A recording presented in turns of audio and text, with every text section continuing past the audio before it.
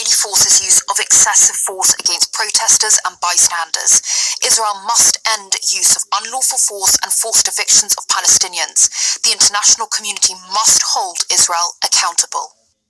An additional 14 Palestinian children injured in Jerusalem's Old City today, bringing total to 43 children in past 3 days. UNICEF urges Israeli authorities to refrain from using violence against children. Now, right now, things are a little bit quiet, as you can see behind me, and this is because people are breaking today's fast for Ramadan. We are expecting that in the next half hour, things could flare up again. There is still a strong security presence here, although the streets are largely empty of Palestinians. The people have been coming to pray throughout the course of the day, and today, this morning, there were clashes at the Al-Aqsa Mosque. We saw something like 300 Palestinians injured. Some of them are stood in hospital. 16 Israeli police injured. One of them is still in hospital. Now, the Israeli Prime Minister Benjamin Netanyahu, who is struggling or has been struggling to form his own government, has been quite forceful that he's not going to allow these elements to disrupt Jerusalem. We will not allow any extremists to destabilize the calm in Jerusalem. We will enforce law and order decisively and responsibly. We will continue to maintain freedom of worship for all faiths, but we will not allow violent disturbances. In the same way I am telling terror groups, Israel will respond forcefully against all acts of aggression from the Gaza Strip. There are signs. You know they're gonna find any kind of reason. They itching. They've been wanting to exterminate them Palestinians since they got up in there. You know. It ain't been no peace since they got over there. But these supposed to be the people, but since they got in there, it has never been no peace. It's just been nothing but war. Just a series of attacks, you know. So, hey, that's what happens, man. You know, because you got the devil, you know, in power, man. You see? There ain't going to be no peace. There ain't no peace unto the wicked, man. And the scriptures say that what was given to him, a great sword, they should take away peace from the earth. Nobody can get along. As long as they in power, nobody can get along. So you see what it is, man. People tearing shit up, people burning stuff. A lot of commotion. Because like it tells you in Proverbs 29, when the wicked bear up rule, the people mourn. When the righteous are in authority, the people rejoice. The whole earth, the whole world is in mourning, as you can see. All right? There's uproars and protests everywhere. All right? Clashes. People going toe-to-toe with their own government. But that's just, you know, that's part of those travails, man. We're coming into the beginning of sorrows, and this is what you're seeing. You see? That travail is starting to increase. And it's still not the end. These things must continue. So let's go from there. And let's get Luke 21:9 real quick. And it says, but when you shall hear wars and rumors, it's like when you shall hear wars and commotions, be not terrified, for these things must first come to pass, but the end is not by and by. And that's talking about, you know, wars breaking out, proxy wars, all right, threats of wars. You got commotions, which is basically instability, insurrections. And that's what you see taking place over there in Israel. And then you just had those, you know, they traded rockets back and forth, which, you know, I'm pretty sure they got intercepted in Israel, because nobody got hurt in Israel. But over there in Gaza, you had children that got injured and 9 people killed, probably more than that. So it's brewing, man. All right, so you got commotions, you got wars. All right, you got the stress of nations. The stress is going up. All right. It says, then said he unto them, nation shall rise against nation and kingdom against kingdom. And you seeing, you know, nations rise against each other, you know, all throughout the world right now. All right. Because the Lord setting up a world war, which is gonna, end up taking Israel, the land of Israel, along with America, out. It's gonna wipe them out, man.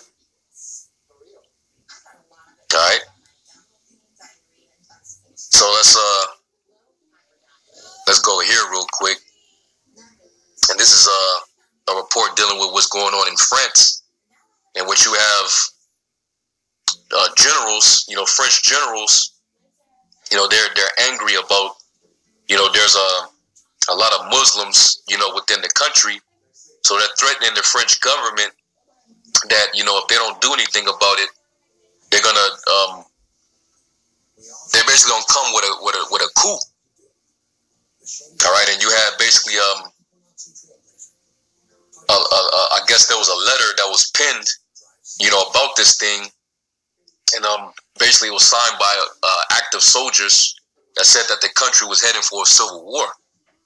All right, and they said at least about 1,000 servicemen, and you also had some retired generals that also signed off on this letter.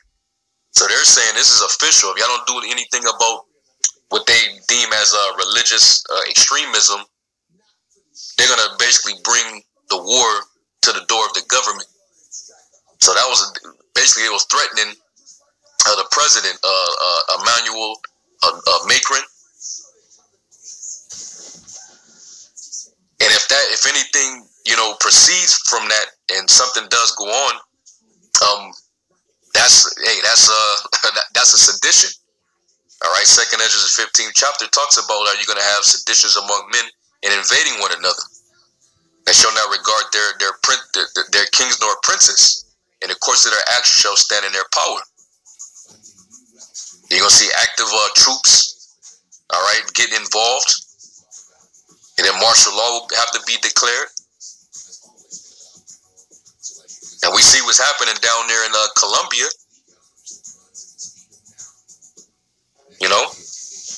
Sedition is happening down there because the people not happy. So all these conflicts are happening all over the world. And America, because they opened up, they think that they're just going to be comfortable and chill and be happy because, stuff is starting to open back up. But look what you opening back up to. Mass shootings. You got, death angels out on the loose. You getting ready to suffer austerity because the prices on certain commodities is going up. There's a lot of people that's getting ready to be evicted. So yeah, that travail is increasing, man. All right. So that's what's going on over there in France. So we're gonna keep our eyes on what's going on with that. And this particular report, I think the narrator is speaking in French, so I'm not gonna even play the video. All right, but you can see the title: Civil War in France. French general warns Macron about deadly civil war. All right, so there's just all around division all over the place. And we know that the Lord said, a kingdom divided against itself cannot stand. He saw his whole kingdom all over the world, because he's thinking that he's going to put his finishing touches on a new world order. He's going to fill his belly and then kick back and enjoy his new world. But really, everything is crumbling before him. All right, because he's getting ready to be dethroned. He's getting ready to be put down. This is pretty much it. This is the last dominion. You other nations, you ain't got next. That's it. Esau he's the last. After him, that's it. There's no more. It's Jerusalem, it's Israel, the true Israelites, for the rest of eternity. All right, so let's go to the next one. And this is a report dealing with the U.S. over there in the Persian Gulf over there in their yard, dealing with Persia, which is Iran. They basically had a close encounter with some Iranian naval ships, and the U.S. had to fire warning shots towards them. So they almost came to blows. So let's play this real quick, and then we'll get a few more scriptures and then close out.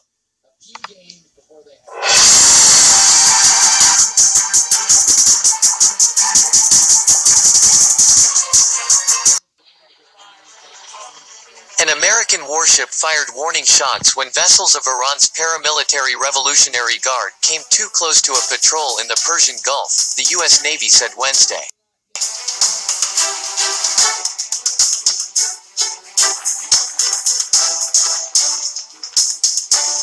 The Navy released black and white footage of the encounter Monday night in international waters of the northern reaches of the Persian Gulf. In it, lights can be seen in the distance, and what appears to be a single gunshot can be heard, with a tracer round racing across the top of the water.